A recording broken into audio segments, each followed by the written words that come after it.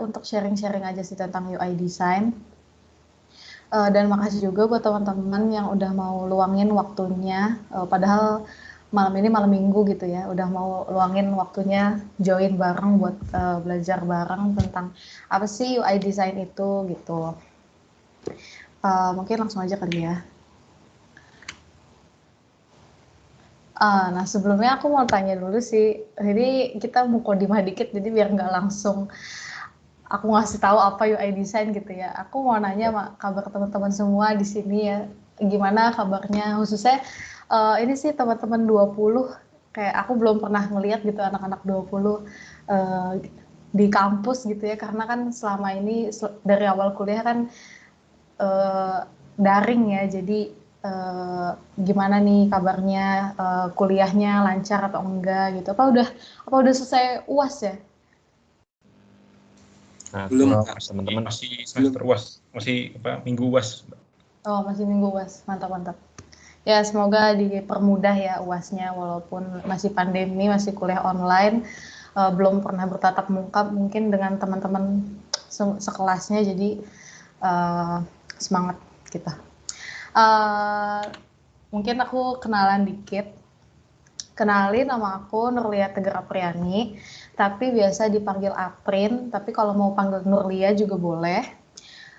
Kesibukan aku saat ini sebagai UI UX designer di salah satu software house di Jogja, namanya Tamtech International, dan juga sebagai mahasiswi Teknologi Informasi UMY angkatan 2017. Jadi aku masih mahasiswi UMY gitu ya, masih nyusun skripsi, ya doain aja semoga tahun ini selesai, amin. Amin. Mungkin itu untuk mukodimahnya atau perkenalannya dikit. Jadi aku langsung aja. Malam ini mungkin aku bahas 5 sih ya, tapi 2-nya nggak terlalu. Yang pertama tadi introduction atau mukodimah ya, tadi di awal udah. Terus malam ini aku mau bahas tentang sebelum aku ngomongin tentang UI design itu apa, aku mau ngasih tahu dulu apa sih bedanya UI dengan UX gitu. Terus nanti kalau udah aku bahas lagi what is user interface design. Terus yang keempat ada how to learn UI design, dan yang kelima ada recap. Gitu. Lanjut ya. Nah, apa sih UI UX itu dan perbedaannya tuh apa gitu. Mungkin tadi di awal juga aku kan mention titelku kan UI UX designer gitu. Padahal malam ini aku mau ngebahas tentang UI doang gitu kan. Apa sih bedanya dua itu gitu ya. Nah, di sini aku sajiin, aku liatin diagram mana sih ranahnya UX, mana ranahnya UI gitu ya.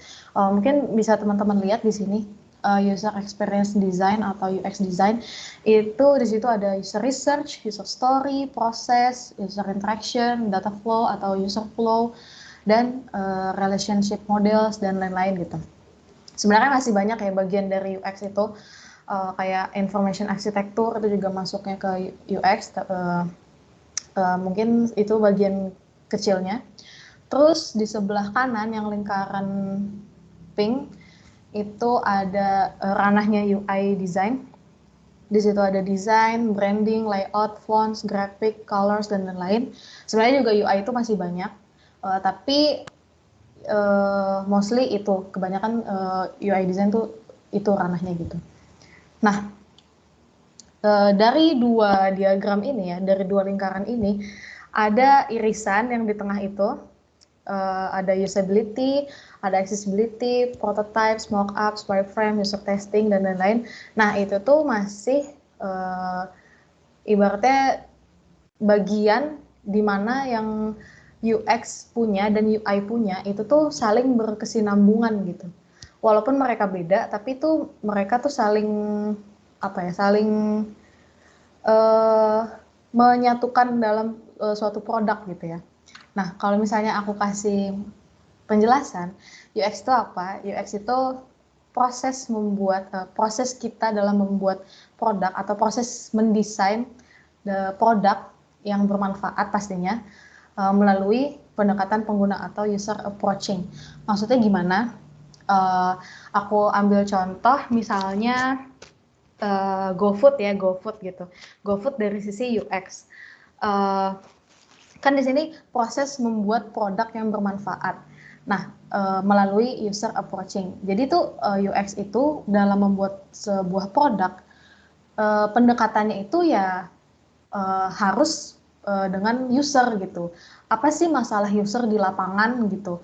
Apa yang bisa diselesaikan dengan UX gitu? Pendekatannya gimana? Ya itu tadi cari datanya, nanya ke usernya langsung gitu kan. Misalnya contohnya kayak GoFood gitu ya. Kenapa sih GoFood itu diciptakan gitu? Sebelum-sebelumnya kan nggak ada GoFood ya.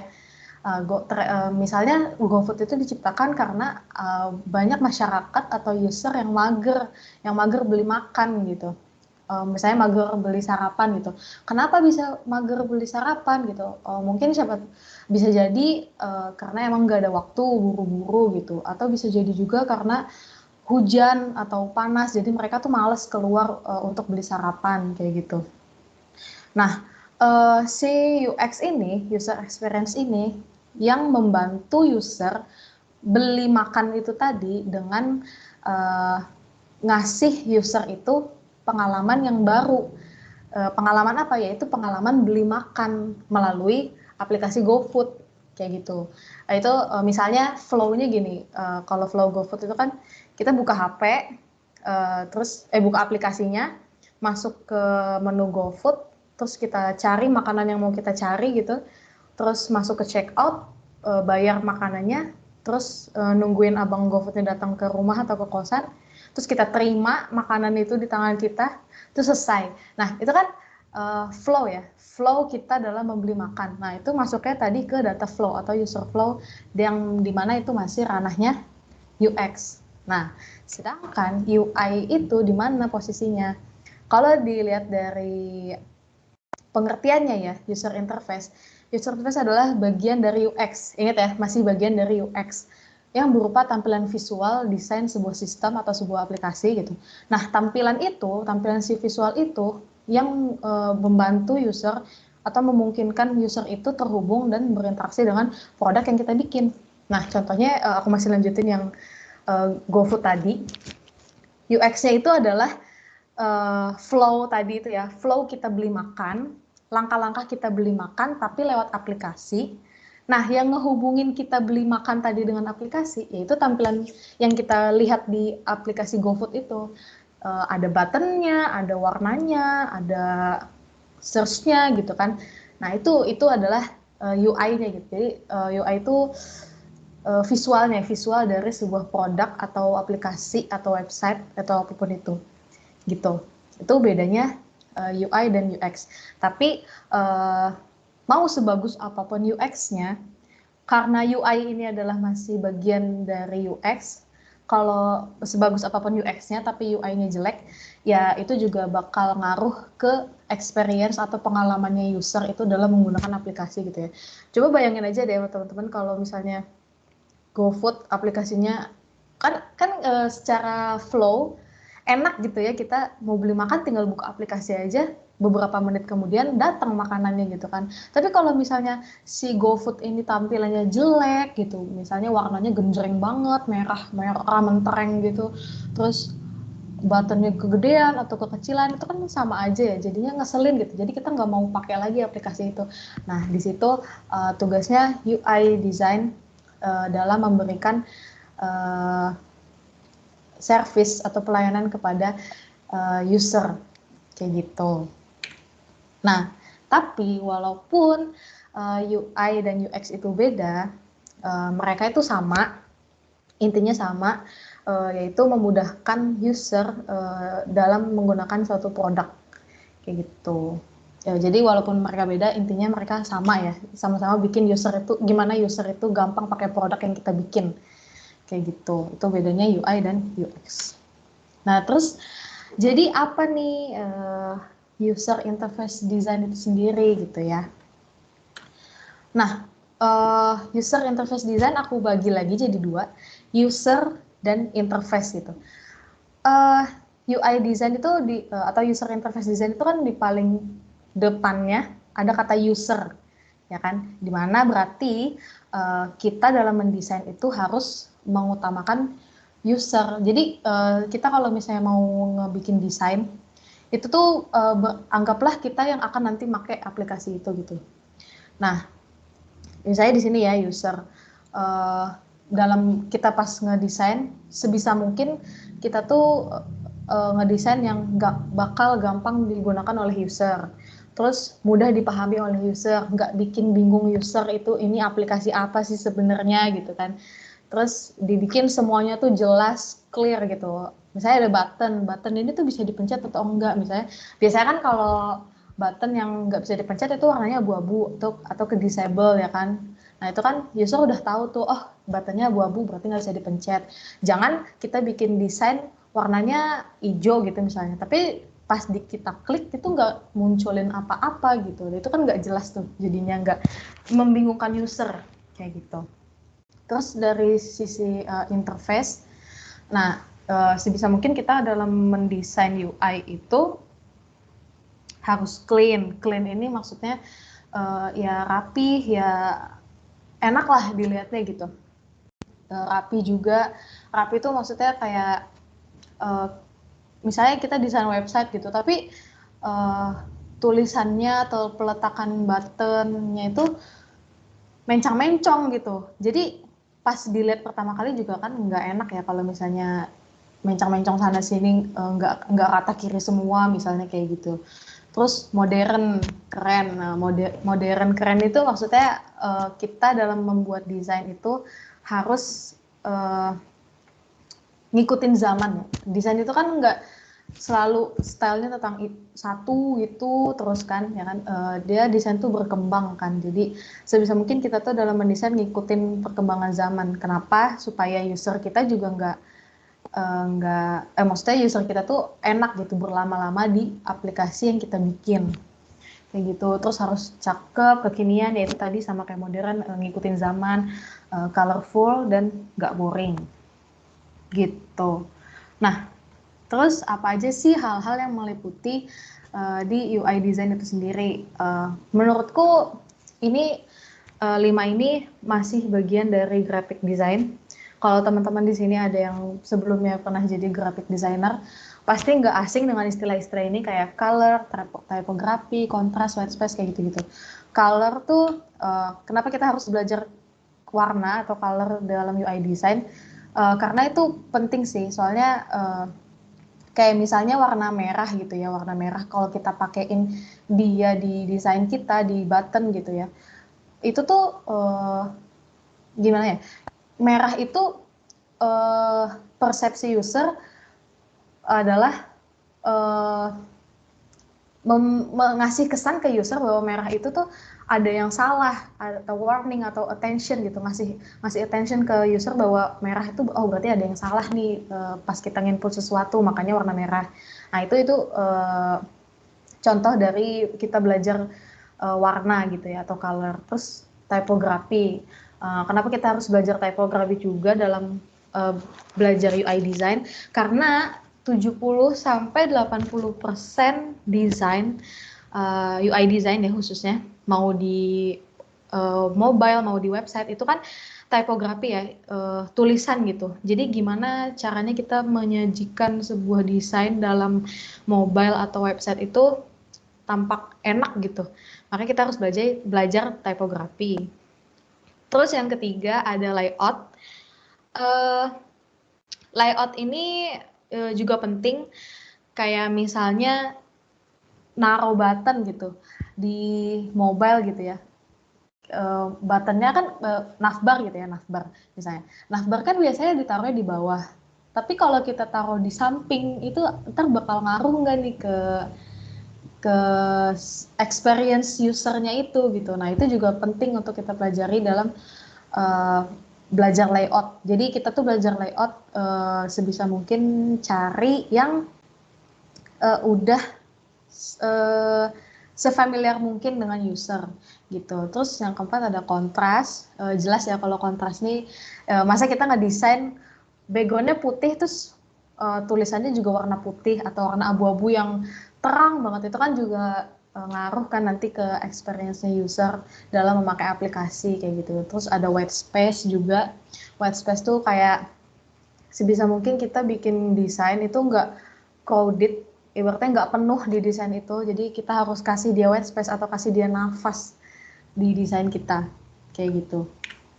Nah, ini contoh penerapan dari UI design. Di sebelumnya ini kan ada data restoran, item, day, time, delivery address, pick up address, sama total cost. Sebenarnya kalau kita lihat, ya ini udah memenuhi data yang mau ditampilin ke user gitu ya. Ini contohnya aku ambil kalau misalnya delivery food gitu. Sebenarnya ini udah memenuhi apa yang dibutuhkan user. Tapi kalau kayak gini, kita sajikan kayak gini, itu kan pusing ya. Jadi user tuh harus baca pelan-pelan gitu. Oh ini restorannya, oh namanya Pizza Hut, itemnya burger gitu. Jadi user tuh butuh waktu yang lama untuk memahami ini tuh sebenarnya apa sih gitu.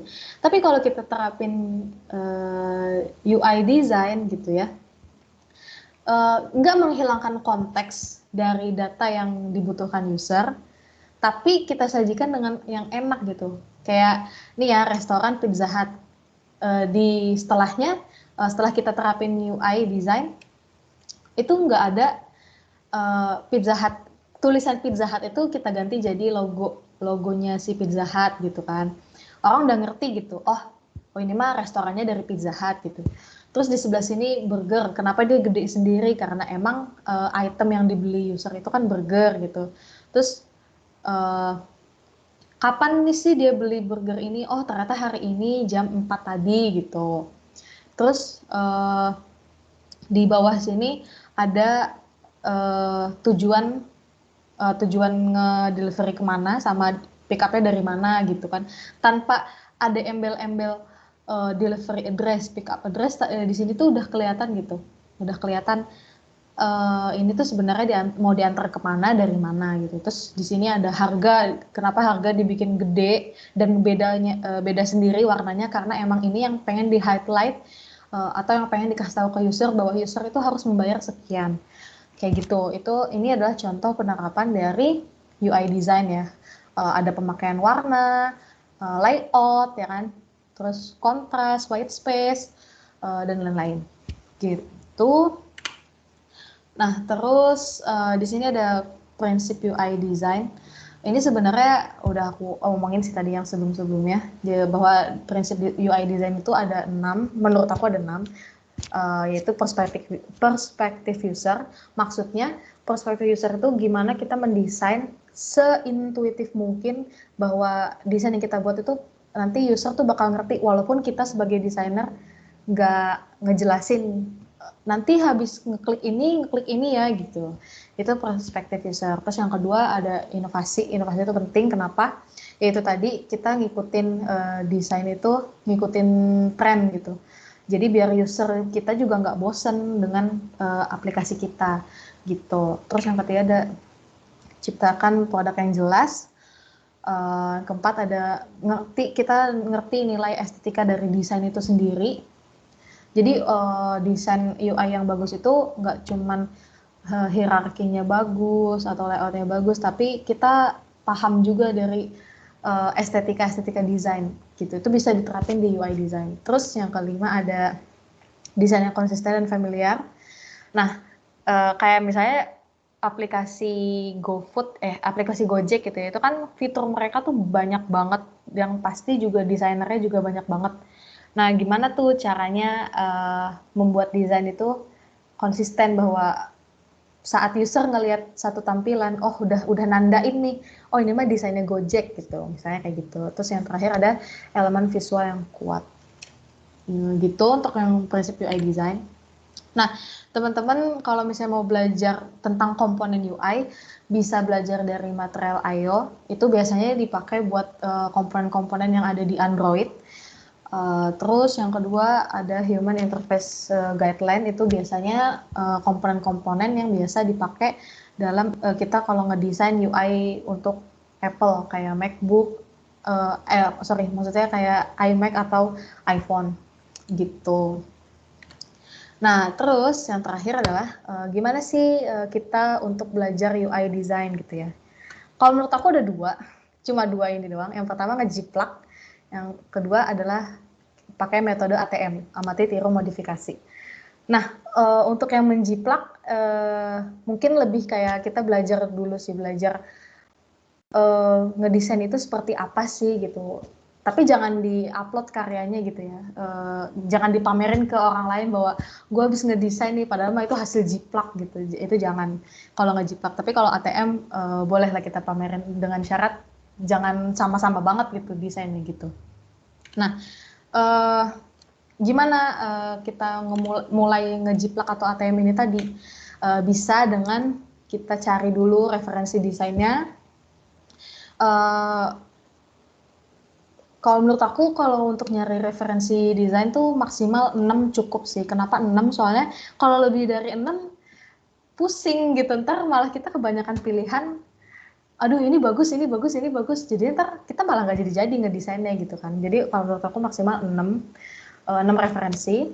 Terus yang kedua itu kenalin aplikasi atau tools desainnya apa.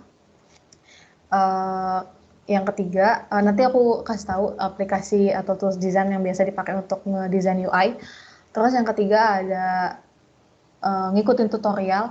Kalau kalian cari di YouTube itu dengan keyword tutorial UI design gitu ya, itu tuh udah banyak banget tutorial di YouTube. Kalian bisa pilih aja, cari mana yang menurut teman-teman sesuai gitu dengan yang teman-teman mau pelajari gitu.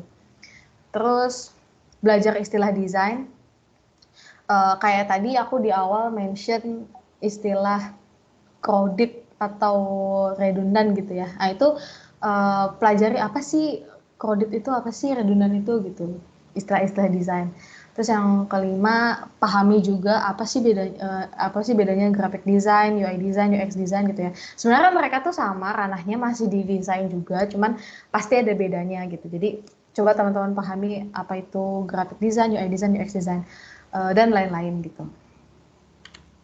Nah, aku mau kasih contoh kita saat belajar ngejiplak desain gitu ya.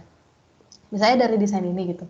Kita kalau mau ngejiplak desain, jangan ngejiplak doang gitu, terus ya udah selesai. Harus ada yang diambil dari gimana kita ngejiplak sebuah desain orang gitu ya.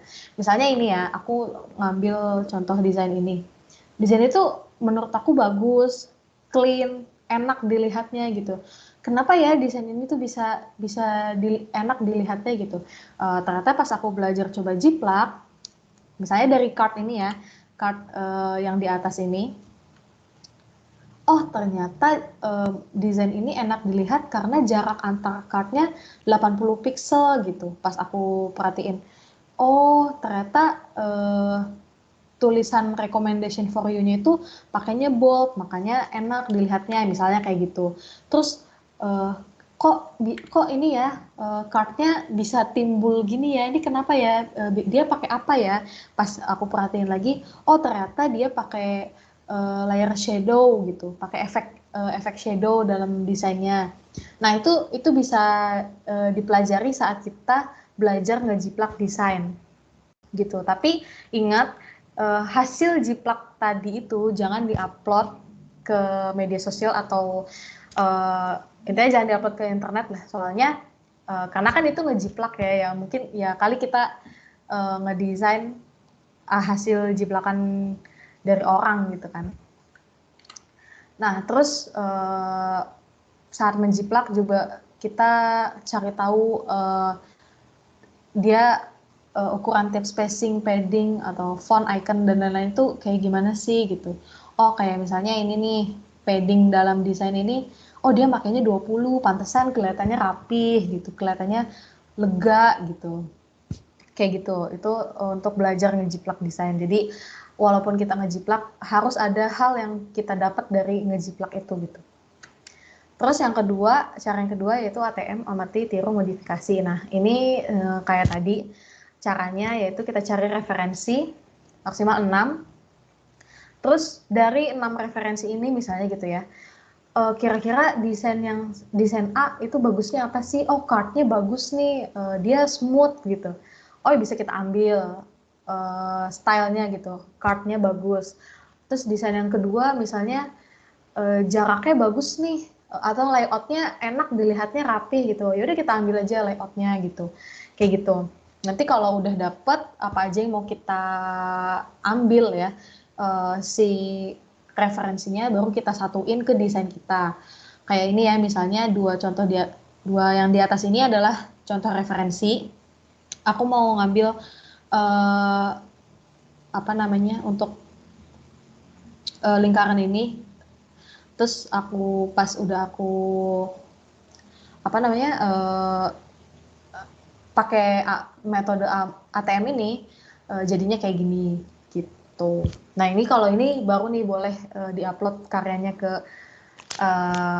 media sosial atau ke internet gitu ya. Tapi kalau bisa jangan sama, walaupun kita pakai amati tiru modifikasi gitu ya, ngambil desain ini, tapi tetap harus ada yang ngebedain gitu. Kita harus bikin style kita sendiri gitu. Nah, terus untuk tools desainnya, sebenarnya ada banyak tools desain untuk UI design, tapi mostly kebanyakan untuk saat ini tuh pada makanya di company-company tuh makanya 3 ini, Adobe XD, Figma, sama Sketch. Tapi kalau aku boleh saranin, untuk teman-teman yang mau belajar UI design, aku saranin pakai Figma sih. Kenapa Figma? Soalnya dia nggak usah install di laptop gitu. Jadi web based, jadi bisa dibuka di mana aja. Terus juga bisa collaboration dengan teman-teman yang lain gitu. Misalnya aku mau ngedesain screen HP, screen aplikasi A gitu.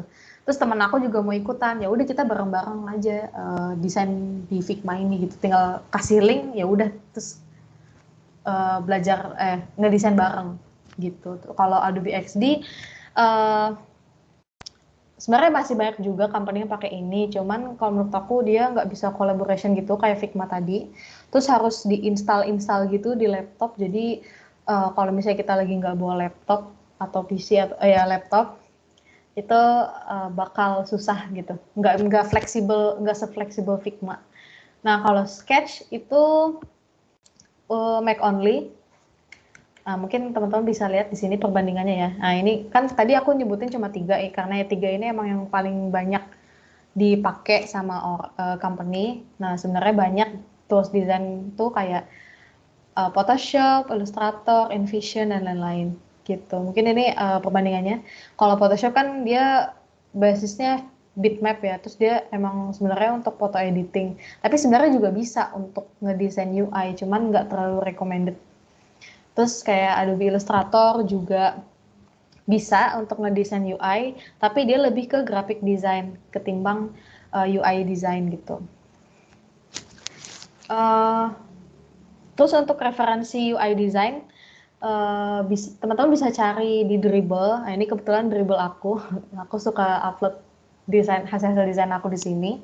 Bisa cari di Dribbble, bisa cari di Behance, cari aja di situ kata kuncinya atau keywordnya UI design, pasti udah banyak banget referensi-referensi UI design. Terus di Pinterest juga, sorry ini belum diganti, di Pinterest juga banyak, cari aja dengan keyword UI design, itu udah banyak banget sih referensi-referensi di sana. Gitu, itu untuk referensi UI, kita belajar UI design.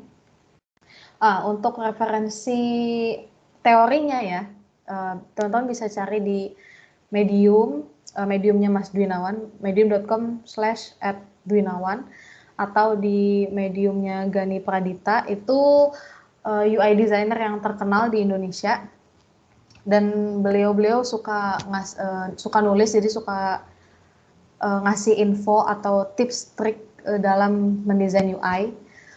Terus kalau aku biasanya nih nyari tentang teori itu di Refactoring UI, ini juga lengkap menurut aku. Terus bisa juga di UX Planet to Big Studio, ini juga lengkap, mereka bahas tentang UI design itu kayak gimana. Dan lain sebagainya, karena research belajar UI design itu banyak banget di Google. Teman-teman tinggal cari aja dengan keyword UI design, pasti banyak banget referensi di sana. Gitu.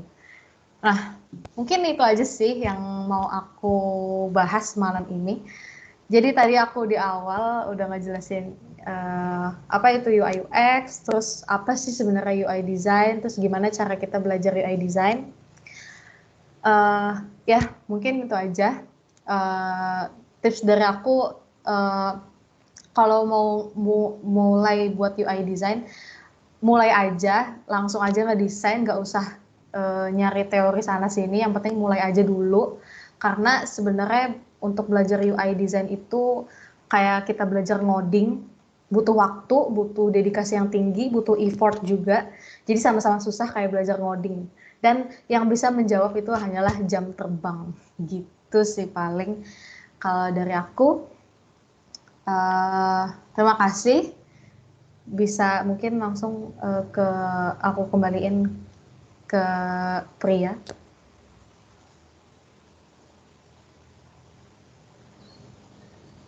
Oke, makasih buat Mbak Prin yang sudah menyempatkan waktunya dan memberikan banyak sekali materi yang bisa kita ambil dari pengenalan UI gitu kan. Dan ada tips-tipsnya gimana kita cara ngejiplak gitu kan. Atau mungkin kita bisa pakai ATM, metode ATM gitu kan. Nah, itu tadi buat teman-teman mungkin yang mau jadi UI gitu kan, UI designer gitu kan, bisa tuh diikutin roadmap dari Mbak Aprin atau mungkin saran-saran dari Mbak Aprin gitu.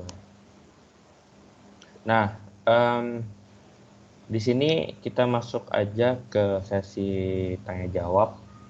Nah, dari teman-teman sekiranya ada pertanyaan bisa langsung angkat tangannya atau raise hand. Ya, silakan bagi teman-teman yang ingin bertanya kepada Mbak Nuria Tiga April. Boleh tanya aja. Kita santai, kalau aku santai aja sih. Ya, santai. Lebih ke discuss aja. Ya, betul. Halo. Pengen tanya boleh nggak, Kak? Halo. Aku mau tanya dong Mbak April. Oh, itu aja duluan tuh. Nah, Siapa itu dulu nih? Anissa Dwi. Mbak April Boleh. mau tanya. Kan waktu belajar HC itu kan ada yang namanya prinsipal kan. Nah, itu Ya. dalam pembuatan UI itu diperhitungkan nggak sih kayak gitu-gitu tuh prinsipal kayak gitu? Bisa kasih contoh prinsipalnya kayak gimana dulu? Yang Kan ada banyak tuh. kayak affordance, signifier kayak gitu. Itu menurut aku malah bisa banget dan kayaknya wajib ya. Wajib. Aku ambil contoh kayak signifier. Signifier itu artinya tanda ya, kalau nggak salah, penanda gitu. Penerapan signifier dalam UI design itu contohnya kayak kita mungkin teman-teman bisa buka aplikasi Gojek. Sorry kalau aku contohnya Gojek mulu karena emang UI UX-nya udah bagus banget sih ini. Coba deh teman-teman buka aplikasi Gojek, terus ke di home aja deh, di home ini. Itu di bagian navbar, di bagian bawah ya, yang ada GoRide, GoCar, GoFood itu. Itu kan ada strip abu-abu ya. Ada kan? Udah ketemu belum? Ya, pokoknya ada strip abu-abu di atas itu. Nah, itu kan nandain bahwa sebenarnya navbar itu bisa bisa di-expand jadi gede gitu. Nah, itu kan penerapan dari prinsip HCI yaitu signifier gitu dalam UI design. Kayak gitu. Itu contohnya. Jadi kalau misalnya ditanya bisa nggak prinsip HCI diterapin di UI design? Ya bisa banget, malah justru wajib. Jadi ibaratnya jadi guide dalam kita buat desain UI untuk user kayak gitu. Ngejawab nggak? Oke, ngejawab Mbak. Makasih.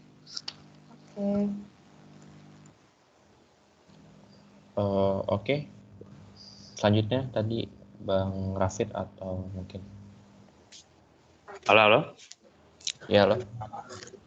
Nah, ini kan tadi kan kayak Mbak Aprin kan dapat tempat di Tamtek kan sebagai UI UX designer tuh. Nah, Mbak Aprin sendiri sih, menurut Mbak Aprin sendiri, Mbak itu lebih condong ke UI-nya atau ke UX-nya gitu? Dan kenapa? Pengen tahu aja sih. Ini maksudnya dalam kerja, di kerjaan aku di Tamtek atau emang pribadi aku gitu? Lebih ke pribadinya sih. Soalnya kan kalau di Tamtek kan tadi kan seperti yang tertera kan kayak UI UX designer kan 2 kan. Sedangkan kalau kita dengar dari penjelasan yang Mbak jelasin tadi kan bener-bener apa ya, banyak perbedaan yang ada di 2 hal itu tadi kan. Nah, Mbaknya sendiri lebih kemana sih gitu? Oke. Sebenarnya kalau aku disuruh milih UI design atau UX design, gini. UX itu kan ada banyak sebenarnya. Kayak UX writing, UX research, UX design, terus UI design gitu. Kalau di design itu kan UX design sama UI design. Nah, kalau aku sendiri lebih prefer kemana?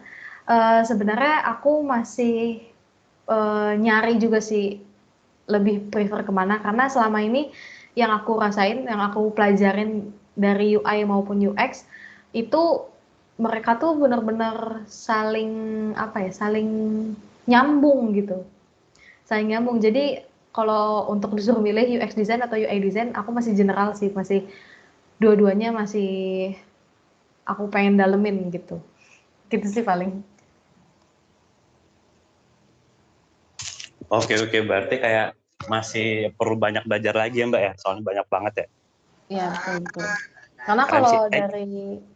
kalau dari UX kan dari kita lebih memahami user banget gitu. Tapi kalau dari UI kan kita belajar yaitu tadi warna, tipografi, dan itu tuh kalau kita selamin lagi lebih dalam itu tuh masih banyak banget yang harus dipelajarin gitu sih kan. Oke, thank you Mbak Aprin jawabannya. Oke.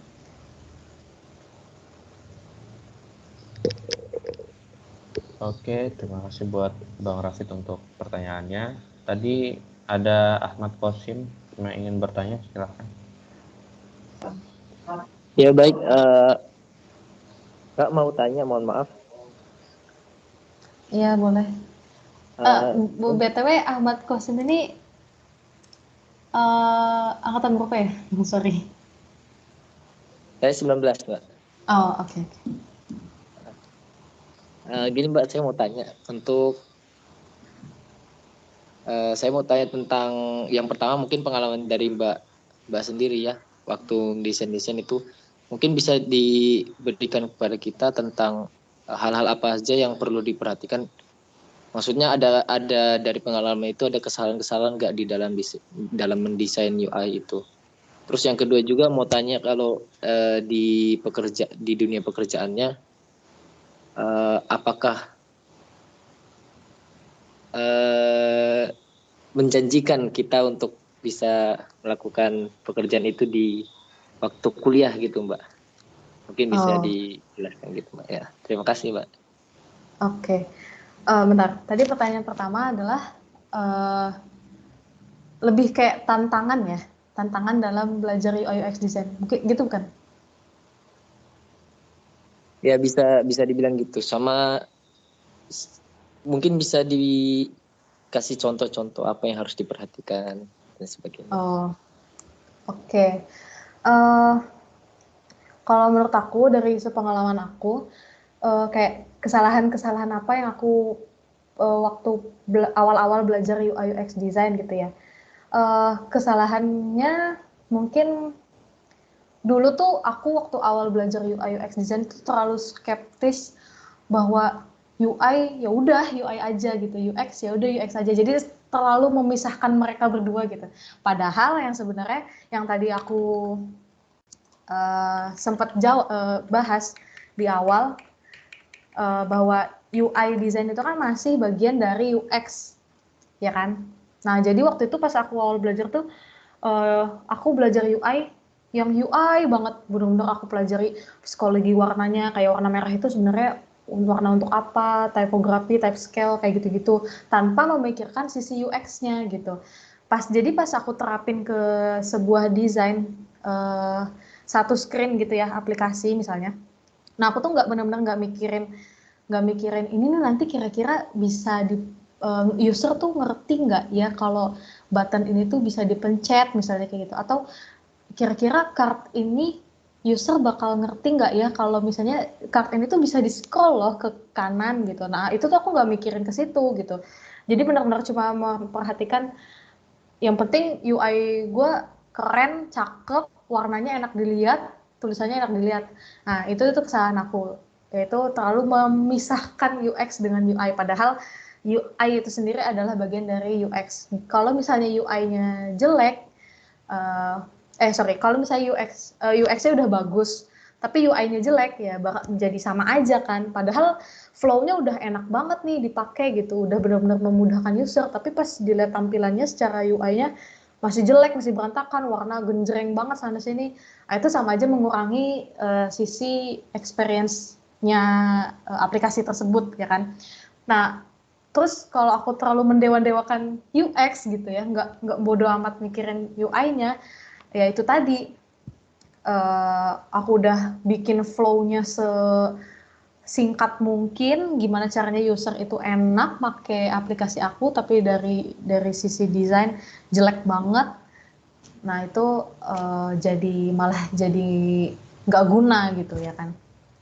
Itu yang pertama, terlalu memisahkan UI dan UX. Terus yang kedua, aku nggak belajar fundamental. Fundamental tuh menurut aku wajib banget dipelajari. Kenapa? Saat kita belajar fundamental gitu ya. Saat kita langsung lompat belajar yang lebih pokoknya bukan belajar fundamental gitu ya. Nggak belajar basic-basicnya. Itu malah ntar kita jadi kebingungan sendiri gitu. Misalnya aku UX design, aku langsung belajar user flow gitu. Padahal dari tahap-tahapan sebelum user flow tuh kan ada lagi tuh kan, kayak user reset atau ideation yang kayak gitu-gitu. Nah, malah kalau misalnya menurut aku kalau kita nggak belajar fundamental, malah itu jadi kita kayak keteteran untuk belajar yang selanjutnya. Jadi menurut aku pelajari dulu fundamentalnya, karena UI itu masih bagian dari UX ya.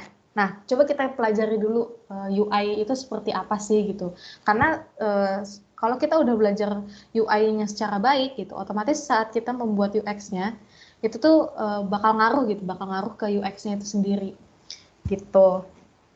Terus kesalahan lainnya sebenarnya ada banyak sih, tapi yang paling fatal tuh ya dua itu tadi. Itu yang pertanyaan pertama ya. Terus pertanyaan kedua tadi adalah kalau aku tangkap, apakah prospek kerja UI UX itu menjanjikan atau enggak gitu ya? Ya nggak sih? Iya betul Mbak. Nah, menurut aku menjanjikan. Kenapa? Apalagi di masa pandemi sekarang ini ya, semua hal yang tadinya harus secara manual, misalnya secara administrasi, yang tadinya kita harus datang ke kantor atau datang ke, ya pokoknya kita harus datang secara langsung gitu. Semua itu kan tergantikan oleh udah online aja. Nah, di situ peran UI atau UX design itu sangat dibutuhkan dalam itu. Gimana caranya kita mendigitalisasi hal-hal yang tadinya masih manual jadi digital kayak gitu. Nah, terus juga ini sebenarnya aku nyeritain ada salah satu UI UX designer Indonesia namanya Kuku Aldi, kalau misalnya kalian tahu. Kuku Aldi itu kemarin juga sempat cerita, dia ada orang juga yang nanya ke dia gitu, prospek kerjanya UI UX design dalam 5 tahun ke depan itu masih bagus nggak sih gitu ya. Nah, dia jawabnya gini, dia tuh berkarir UI UX design itu dari tahun 2015. dan sampai sekarang 2021 dia masih hidup dengan berkarir sebagai UI UX designer gitu. Ya otomatis apalagi di masa pandemi ini yang tadi aku bilang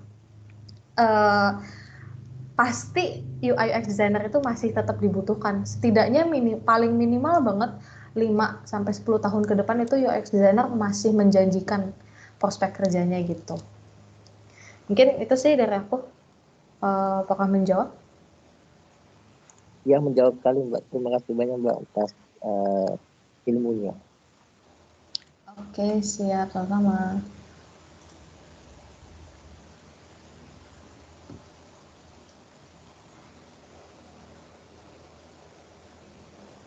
Mungkin ada lagi?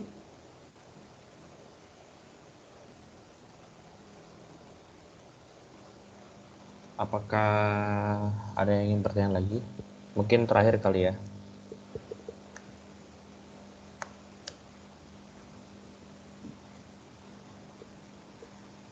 Oke, mungkin tidak ada lagi yang ingin bertanya. Terima kasih buat semua partisipan yang udah ikut dalam acara webinar umum kali ini, dan terima kasih buat teman-teman yang udah bertanya kepada Mbak Aprin, dan terima kasih udah menyimak pada acara malam kali ini. Nanti mungkin kalau misalkan dari teman-teman masih ada yang belum jelas, nanti mungkin bisa itu PPT-nya nanti mungkin bisa di-share kali ya Mbak ya? Buat belajar. Boleh, boleh. Oke, mungkin nanti buat PPT-nya kalau misalkan teman-teman ada yang mau, bisa nanti di-share buat teman-teman. Dan untuk kalau misalkan teman-teman